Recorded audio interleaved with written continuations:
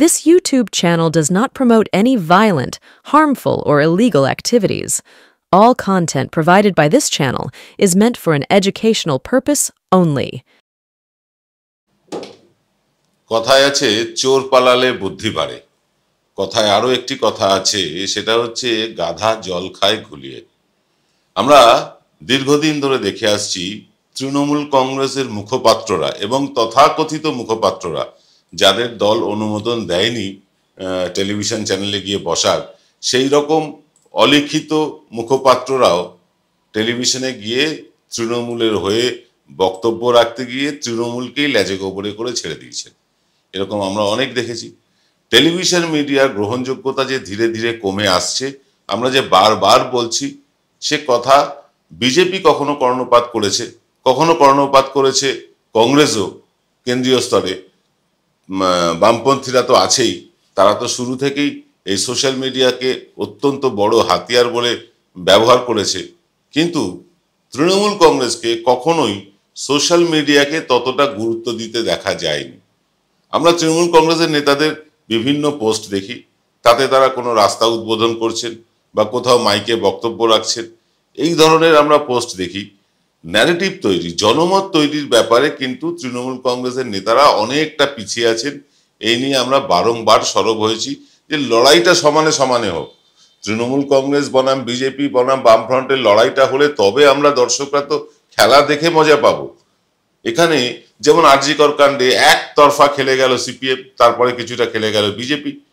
তৃণমূল কিন্তু রক্ষণশীল ভূমিকায় ছিল। যদিও এখানে তৃণমূল কোনোভাবে জড়িত এমন কোনো প্রমাণ পাওয়া যায়নি, এখানে রাজ্য সরকার জড়িত এমনও কোনো প্রমাণ পাওয়া যায়নি, তবুও রাজ্য সরকার, মমতা বন্দ্যোপাধ্যায় এবং তৃণমূল কংগ্রেস যেন রক্ষণাত্মক ভূমিকায়। তারা যেন অপরাধ করে বসেছে। কারণ আরজিকরের যে ঘটনাটা ঘটেছে, নৃশংস ঘটনা, তার সুবিচার আমরা সকলেই চাইছি। মমতা বন্দ্যোপাধ্যায় স্বয়ং চেয়েছেন, অভিষেক বন্দ্যোপাধ্যায় স্বয়ং চেয়েছেন, তারপরেও দোষারোপ করা হচ্ছে তৃণমূলকে, যেন ওই সঞ্জয় রায়কে তৃণমূল কংগ্রেসই কাউকে বলে কয়ে পাঠিয়েছে, যাও তুমি গিয়ে রেপ করো, তারপরে খুন করো। এই ক্ষেত্রে আমরা টেলিভিশন চ্যানেলগুলোতে তৃণমূল কংগ্রেসের যারা প্রতিনিধি, তাদের লেজে গোবরে হতে দেখলাম। সঞ্চালক থেকে শুরু করে বিরোধী দলের লোকেরা, তারা কিন্তু একের পর এক বিতর্কে তৃণমূল কংগ্রেসের প্রতিনিধিদের কিন্তু কি বলবো, সে লেজে গোবরে করে ছেড়ে দিলেন।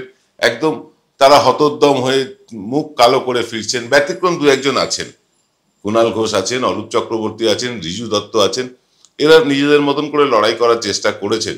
কিন্তু এন্ড অফ দ্য ডে, দিনের শেষে কি দেখা যায়, একজন সঞ্চালক, কোনো একজন পুলিশ কর্তা, তিনিও সঞ্চালকের পক্ষের লোক, কোনো একজন আইনজীবী, তিনি সঞ্চালকের পক্ষের লোক, কোনো একজন রাজনৈতিক বিশ্লেষক, তিনিও চ্যানেলের মুখপাত্রের মতন কাজ করেন। আর চ্যানেল কাদের মুখপাত্রের মতন কাজ করে আপনারা জানেন। তারপরে আছে কংগ্রেস, সিপিআইএম বা বামফ্রন্ট বা বিজেপির এই প্রতিনিধি। অর্থাৎ ৬-৭ জনের বিরুদ্ধে লড়তে হয় তৃণমূল কংগ্রেসের প্রতিনিধিদের। কার্যত তারা বলার সময়ই পান না। ১ ঘন্টার অনুষ্ঠানে যদি ৭ জন বক্তা থাকেন, তাহলে কতক্ষণ করে সময় পেতে পারেন? তার মধ্যে টেলিভিশনে তো হরেক রকম বিরতি আছেই। এই রকম অবস্থায় তৃণমূল কংগ্রেস একটা সিদ্ধান্ত নিয়েছে, তারা এবিপি আনন্দ, TV9 বাংলা এবং রিপাবলিক বাংলায় তারা কোনো প্রতিনিধি পাঠাবে না। এটাকে আমরা বলতে পারি বিলম্বিত বোধোদয়। আজকের এক্স ফ্যাক্টর হবে এই বিলম্বিত বোধোদয় নিয়ে।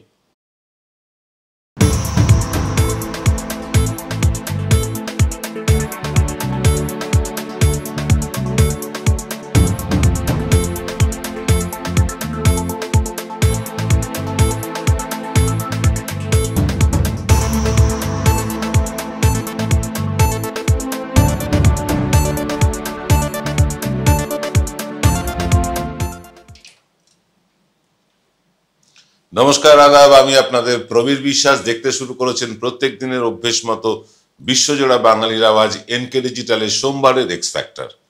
আজকের এক্স ফ্যাক্টর তৃণমূল কংগ্রেসের বিলম্বিত বোধোদয়। অনেকেই আমাদের সমালোচনা করেছেন, এর আগে আমরা তৃণমূলের ব্যাপক সমালোচনা করেছি, তৃণমূল কংগ্রেস দলের সমালোচনা করেছি, আমি করেছি, আমার সহসাংবাদিক প্রসূন গুপ্ত করেছেন, রীতিমতো তুলোধনা করেছি তৃণমূল কংগ্রেসের সংগঠন যারা দেখেন তাদেরকে। আজকে সত্যি সত্যি ইচ্ছে করছে তুলোধনা করতে তৃণমূল কংগ্রেসের যারা মিডিয়া সেল এবং যারা আইটি দেখেন, যারা সোশ্যাল মিডিয়া দেখেন তাদেরকে। শুরু থেকেই বলা ভালো যে শুরু থেকে একদম গোড়ার দিন থেকে যখন থেকে সোশ্যাল মিডিয়া রমরমা হতে শুরু করলো, তৃণমূল কংগ্রেস পাত্তাই দেয়নি, গুরুত্বই দেয়নি। সোশ্যাল মিডিয়ার গুরুত্ব কি তারা বুঝতেই পারেনি।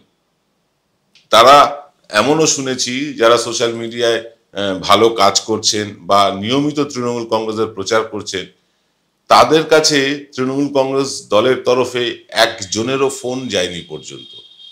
মাঝখানে ডেরেক ওব্রায়ান তিনি যখন দায়িত্বে ছিলেন, তিনি সোশ্যাল মিডিয়া ইনফ্লুয়েন্সারদের কয়েকজনকে ডেকে সম্মানিত করেছেন, কিন্তু তারপরে আবার যেই কে সেই। সোশ্যাল মিডিয়াকে কিভাবে হ্যান্ডেল করতে হয় তৃণমূল কংগ্রেস আজও শেখেনি। অথচ দেখুন, সোশ্যাল মিডিয়াকে ব্যবহার করে বিভিন্ন ফেক প্রোপাগান্ডা করে বিজেপি আজকে ভারতবর্ষে কোন জায়গায় আছে। সিপিআইএম, আমি বামফ্রন্ট বলবো না, সিপিআইএম শুধুমাত্র fake propaganda, fake audio call, fake video, fake still ছবি এসব দিয়ে তারা আবার জনমানসে ফিরতে চাইছে। তাহলে তৃণমূল কংগ্রেস এতটা পিছিয়ে আছে কেন? আসলে তৃণমূল কংগ্রেসের পক্ষে যারা এই সোশ্যাল মিডিয়া বা আইটি সেল বা ইত্যাদি ইত্যাদি দেখেন, তাদের মধ্যে দূরদর্শিতার অভাব আমরা দেখতে পাচ্ছি। বহু বছর আগে তখন হয়তো ইউটিউব আমরা ছিলাম না, এনকে ডিজিটাল ছিল না, কিন্তু আমি আমার ফেসবুক প্রোফাইল থেকে বহুবার এটা তৃণমূল কংগ্রেসের কাছে আবেদন করেছি যে আপনারা কোমর বেঁধে সোশ্যাল মিডিয়াটায় নামুন, কিন্তু তারা কর্ণপাত করেননি। কারণ আমরা তৃণমূলের সমর্থক নই, কিন্তু আমরা তো এটা বলতে পারি যে যদি উভয় পক্ষই সমান শক্তিশালী হয়, অর্থাৎ তৃণমূল শাসক দল এবং বিরোধী দল সমান শক্তিশালী হয়, তাহলে কিন্তু তরজাটা ভালো জমে এবং আমরা যারা দর্শক বাইরে থেকে দেখি আমাদেরও কিন্তু ভালো হয়। কারণ তর্ক বিতর্ক থেকেই কিন্তু আসল সত্যাসত্যটা বেরিয়ে আসে, এটা আমরা সবসময় চাই। কিন্তু টেলিভিশন মিডিয়ায় কি হয়, সোশ্যাল মিডিয়া নিয়ে পরে বলছি।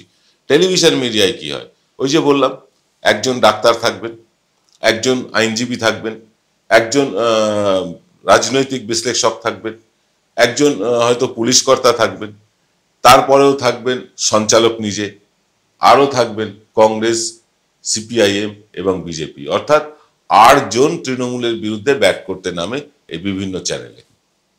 সেইখানে দাঁড়িয়ে 8 জনের বিরুদ্ধে কারুর পক্ষে, কুণাল ঘোষ যত ভালোই সুবক্তা হন না কেন, অরূপ চক্রবর্তী অত্যন্ত অসাধারণ বক্তা, রিজু দত্ত অসাধারণ বক্তা, এরা যতই সুবক্তা হন না কেন 8 জনের বিরুদ্ধে লড়াই করা কার্যত অসম্ভব। আমি নিজে টেলিভিশনে বহুবার বহু বিতর্কে গিয়ে দেখেছি, বহু বিতর্কে অংশগ্রহণ করেছি, প্রায় 100 অনুষ্ঠান করেছি আমি টেলিভিশনের বিভিন্ন চ্যানেলে, শুধু কলকাতা না, যেগুলো দিল্লির চ্যানেল বা যেগুলো মুম্বাইয়ের চ্যানেল, প্রত্যেকটি চ্যানেলে গিয়ে চ্যানেলের স্টুডিওতে বসে আমি অনুষ্ঠান করেছি। আমি জানি সেখানে কি হয়, আপনাদের একটু জানাই। এখানে মানে দিল্লিতে যেটা হয় সেটা আপনাদেরকে বলছি। দুপক্ষকে লড়িয়ে দেওয়া হয়।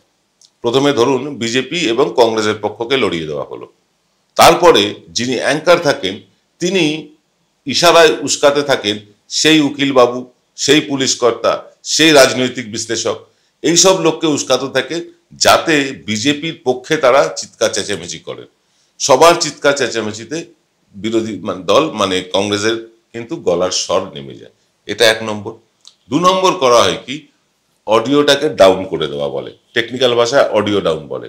ধরুন দুজন বলছেন, ডান দিকে একজন বাদিকে একজন, ডান দিকে আছে ধরুন বিজেপির মুখপাত্র, বাদিকে আছে ধরুন তৃণমূল কংগ্রেসের মুখপাত্র। চ্যানেল কর্তৃপক্ষ করে কি, ডান দিকের যিনি বলছেন অর্থাৎ বিজেপির যিনি মুখপাত্র আছেন তার ভলিউমটাকে জোরে করে দিয়ে তৃণমূল কংগ্রেসের ভলিউমটাকে তারা কেটে দিচ্ছে না, বন্ধ করছে না, নামিয়ে দিচ্ছেন। ফলে টিভিতে যখন আপনি শুনছেন, আপনি শুনতে পাচ্ছেন শুধু বিজেপির মুখপাত্রেরই গলা, আর খুব মৃদুভাবে শুনতে পাচ্ছেন তৃণমূল কংগ্রেসের প্রতিনিধির গলা। এটা বাংলা চ্যানেলেও হয়, আমি নিজে তার সাক্ষী। এরকম ভাবে চ্যানেলগুলো একপক্ষীয় আচরণ করে, সব চ্যানেল বলবো না, কিন্তু বেশ কিছু চ্যানেল এই একপক্ষীয় আচরণ করে। আর এই একপক্ষীয় আচরণ দীর্ঘদিন ধরে মানুষ দেখতে দেখতে মানুষের মনে এরা ধারণা তৈরি হয়ে গেছে তৃণমূলের বুঝি বলবার কিছু নেই, তৃণমূলের বুঝি আত্মপক্ষ সমর্থনে কিচ্ছু বলার নেই। তাই বিজেপি, সিপিআইএম, ডাক্তার, উকিল, পুলিশ, প্রাক্তন পুলিশ কর্তা, বা রাজনৈতিক বিশ্লেষক, সঞ্চালক নিজে, বিজেপি, মানে সমস্ত সবাই ঠিক বলছেন, তৃণমূল কংগ্রেস হয়তো ঠিকঠাক বলতে পারছেন না। এইটা কিন্তু মানুষের মনে ধারণা তৈরি হয়ে গিয়েছে। এছাড়াও নানা রকম ধ্যাসটামো চলে এই চ্যানেলগুলোতে।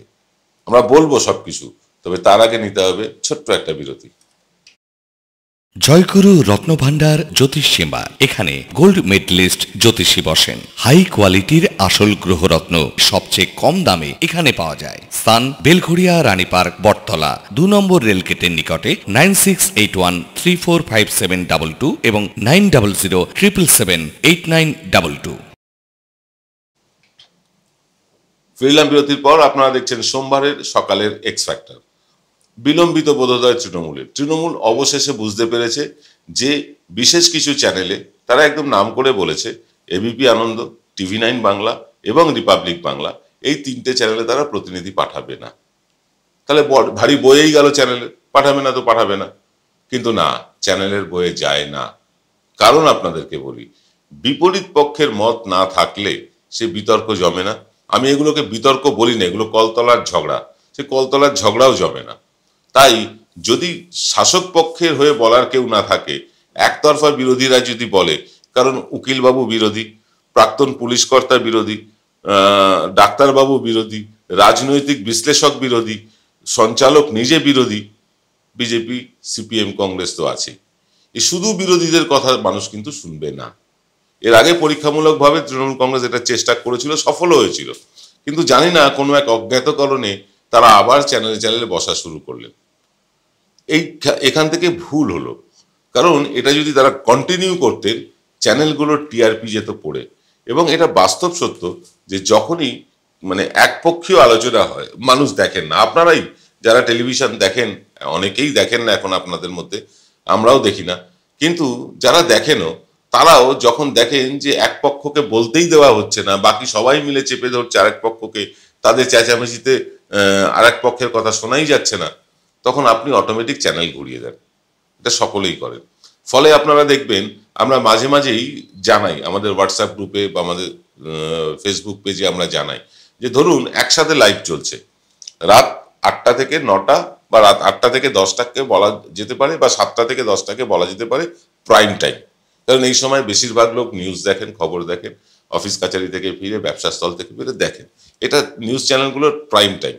এই প্রাইম টাইমে যখন ধরুন কোনো একটি চ্যানেল বা যে কটি চ্যানেল আছে সবাই তারা ইউটিউবে ভিডিও আপলোড করে, লাইভে আপনারা দেখতে পান। আমরাও হয়তো লাইভে এসেছি, আমরা বারবার এটা প্রমাণ করে দিয়েছি। যখন লাইভ চলে তখন অন্যান্য বড় মিডিয়ার থেকে তথাকথিত এগিয়ে রাখা, চোখে চোখ রাখা এইসব চ্যানেলগুলো যারা আছে তাদের থেকে আমাদের দর্শক সংখ্যা অনেক বেশি। কেন হয়? কারণ মানুষ ওই খেউট শুনতে চান না, ওই কলতলার ঝগড়া শুনতে চান না, তারা কনস্ট্রাকটিভ কিছু কথা শুনতে চান, যেটা এনকে ডিজিটাল প্রতিদিন আপনাদের কাছে দুবেলা নিয়ে আসে। এবার ঘটনাটা হচ্ছে কি, যে তৃণমূল কংগ্রেসের বিলম্বিত বোধোদয় বলছি কেন? কারণ তৃণমূল কংগ্রেসের, আমি এতক্ষণ মিডিয়া সেলের কথা বললাম, কারণ মিডিয়া সেল, তারা একটা মিডিয়া সেল তৈরি করেছে, একটা আইটি সেল তৈরি আছে, একটা সোশ্যাল মিডিয়া সেল আছে। সেখানে কি হয়, আগে যে যা খুশি টেলিভিশনে যেতে পারতো তৃণমূলের তকমা লাগিয়ে, রাম শ্যাম যদু মধু যে কেউ তৃণমূল সমর্থক, তৃণমূল নেতা, তৃণমূল কর্মী ইত্যাদি সেজে চ্যানেলে বসতে পারতেন। কিন্তু পরে তৃণমূল ঠিক করলো যে না, এইভাবে বিশৃঙ্খলা বেড়ে যাচ্ছে, যাকে তাকে এনে বসিয়ে তাদেরকেই হ্যাটা করা হচ্ছে। তৃণমূল রাশ টানার চেষ্টা করলো, তারা একটা টিম তৈরি করলো, কয়েকজনকে নিয়ে তারা টিম তৈরি করলো। তারাই শুধু টেলিভিশনে গিয়ে তৃণমূলের অফিসিয়াল স্পোকস পার্সন হয়ে, অথবা বলতে পারেন অফিসিয়াল, মানে কি বলবো, বক্তব্য রাখার যিনি মালিক, সেই রকম কয়েকজনকে তারা ঠিক করলেন। এবং এদের মধ্যে হাতে গোনা, ওই যে বললাম রিজু দত্ত, অরূপ চক্রবর্তী, কুণাল ঘোষ ছাড়া বাকিরা ব্যর্থ। দেবাংশু ভট্টাচার্য শুরুর দিকে খানিকটা সফলও হয়েছিলেন, কিন্তু দেবাংশু ভট্টাচার্যের যে উপস্থিতি, তার অ্যাটিটিউড, সেটা কখনোই তৃণমূল কংগ্রেসের নেতা কম পাড়ার ছোকরাদের মতন বেশি মনে হয়েছে। কারণ কখনো তিনি প্যাকেট থেকে দুধ বার করছেন, কখনো কোনো ছবি বার করছেন। সিরিয়াস বিতর্কে এইগুলো চলে না, আপনাকে যুক্তি দিয়ে যুক্তি খণ্ডন করতে হয়। তাই দেবাংশু ভট্টাচার্য তিনি ভালো বলেন নিঃসন্দেহে, কিন্তু একঘেয়ে হয়ে গিয়েছে। মানুষ দেবাংশু ভট্টাচার্যের বক্তব্য গ্রহণ করছেন না, টেলিভিশনে অন্তত। তো এবার ঘটনা হচ্ছে তৃণমূলকে তাহলে আত্মপক্ষ রক্ষার জন্য কি করতে হবে? হয় টেলিভিশন চ্যানেলগুলোকে চাপ দিতে হবে যে তুমি যখন 7 জন মিলে বলছো তখন আমার লোককে বলতে দিচ্ছ না, এরকমটা চলবে না। বলা হয়ও বটে, কিন্তু চ্যানেলগুলো সেগুলো শোনে না সেই কথা। তাই তৃণমূল কংগ্রেস কৌশল নিয়েছে যে এই TV9 বাংলা, এবিপি আনন্দ এবং রিপাবলিক বাংলায় কোনো প্রতিনিধি আর পাঠাবে না। গতকাল সন্ধ্যেবেলা প্রেস রিলিজ করে তারা জানিয়ে দিয়েছে এই 3টে চ্যানেলে, এবিপি আনন্দ, রিপাবলিক বাংলা এবং TV9 বাংলা, এই চ্যানেলে এরপরে যারাই দেখবেন তৃণমূল কর্মী, তৃণমূল সমর্থক বা রাজনৈতিক কর্মী ইত্যাদি মানে তকমা লাগিয়ে তারা তৃণমূলের কথা বলছেন, জেনে রাখবেন তারা প্রত্যেকেই তৃণমূলের ক্ষতি করছেন এবং তারা কেউ তৃণমূলের পাঠানো লোক নন। তৃণমূল এমন যদি পাঠাতেই হয় তারা তৃণমূল নেতা বা তৃণমূল প্রবক্তা বা তৃণমূল মুখপাত্র হিসাবে পাঠাবেন, অন্য ট্যাগলাইন দিয়ে পাঠাবেন না। যখনই দেখবেন তৃণমূল কংগ্রেসের মুখপাত্র বা তৃণমূল কংগ্রেস প্রবক্তা এছাড়া অন্য কোনো ট্যাগলাইন দেওয়া হচ্ছে, মনে করবেন এখানে জালিয়াতি চলছে, যাকে তাকে বসিয়ে এনে তৃণমূল কংগ্রেস সাজিয়ে বসানো হচ্ছে। এতে গেল মিডিয়ার কথা। সোশ্যাল মিডিয়ায় চূড়ান্ত ব্যর্থ। এরকম বহু মানে সোশ্যাল মিডিয়ায় যারা কাজ করেন এরকম বহু লোকের কাছে শুনেছি তৃণমূল কংগ্রেসের বড় নেতারা তারা সোশ্যাল মিডিয়া কর্মীদের মানে রীতিমতো তাচ্ছিল্য করেন। সোশ্যাল মিডিয়ার কর্মীরা তারা নিজেদের গাঁটের পয়সা খরচা করে কাজ করেন। বিজেপির মতন তারা ওই টুইট পিছু বা কমেন্ট পিছু 2 টাকা পান না। তারা নিজের গাঁটের পয়সা খরচা করে এবং নিজের মানে গাঁটের পয়সা মানে নেট রিচার্জ করে, সময় দিয়ে, পরিশ্রম করে পোস্ট বানিয়ে তারা পোস্ট করেন। এদেরকে তৃণমূল কংগ্রেসের নেতারা বা মূল সংগঠনের নেতারা তারা তাচ্ছিল্য করেনও এখনো। এখন ঘটনা হচ্ছে যে তারা কোনো মঞ্চে কোথাও তাদেরকে দেখতে পাওয়া যায় না, তাদেরকে তোলা হয় না, তাদেরকে সম্মানিত করার কোনো প্রশ্নই নেই। তৃণমূল কংগ্রেস আইটি সেল এবং সোশ্যাল মিডিয়া সেল থেকে একটা টিমও করা হয়েছে। সেই টিমের কি কার্যকারিতা আপনারা আরজিকর কাণ্ডে দেখলেন, যেখানে একের পর এক ফেক প্রোপাগান্ডা করে বিরোধী দল নাস্তানাবুদ করছে তৃণমূলকে। তৃণমূল কংগ্রেসের বহু সোশ্যাল মিডিয়া সেলের যারা আছেন তারা বহু লোক প্রথম 7 দিন তো মুখ বন্ধ করেই ছিলেন। নেতারা তো এখনো আছেন, প্রথম 7 দিন তারা মুখ বন্ধ করেই ছিলেন। প্রায় 1-2 কিছু একটা পোস্ট করেছেন, কিন্তু সেটাও রক্ষণাত্মক পোস্ট। কিন্তু কে না জানে attack is the best defence, আক্রমণই আত্মরক্ষার সেরা উপায়। তৃণমূল কংগ্রেস সেই পদ্ধতি নিতে শেখেনি, জানে না এখনো। ন্যারেটিভ কি করে ঘুরিয়ে দিতে হয়, কি করে একটা প্রোপাগান্ডা চলছে সেই প্রোপাগান্ডা থেকে চোখ অন্যদিকে ফিরিয়ে দিতে হয়, তৃণমূল কংগ্রেসের সোশ্যাল মিডিয়া সেল বলুন বা আইটি সেল বলুন, তারা সত্যিই কিছু জানেন না। শিখতে হবে সিপিএম এর কাছ থেকে, শিখতে হবে বিজেপির কাছ থেকে। আপনারা শাসক দল বলে আপনারা সব জেনে বসে আছেন, আপনারা সব সর্বজ্ঞ, এমনটা তো নয়। সবার থেকে শেখা যায়। আসবো, তবে নিতে হবে ছোট্ট আরো একটা বিরতি। Welcome to the world of civil business. A Bengali business personality and the most successful business group, Roy Construction Group of companies, now coming Sarib, West Bengal. Mr. Anup Roy, the managing director of the Roy Construction Group company, ready to serve his native land, the mother Bengal.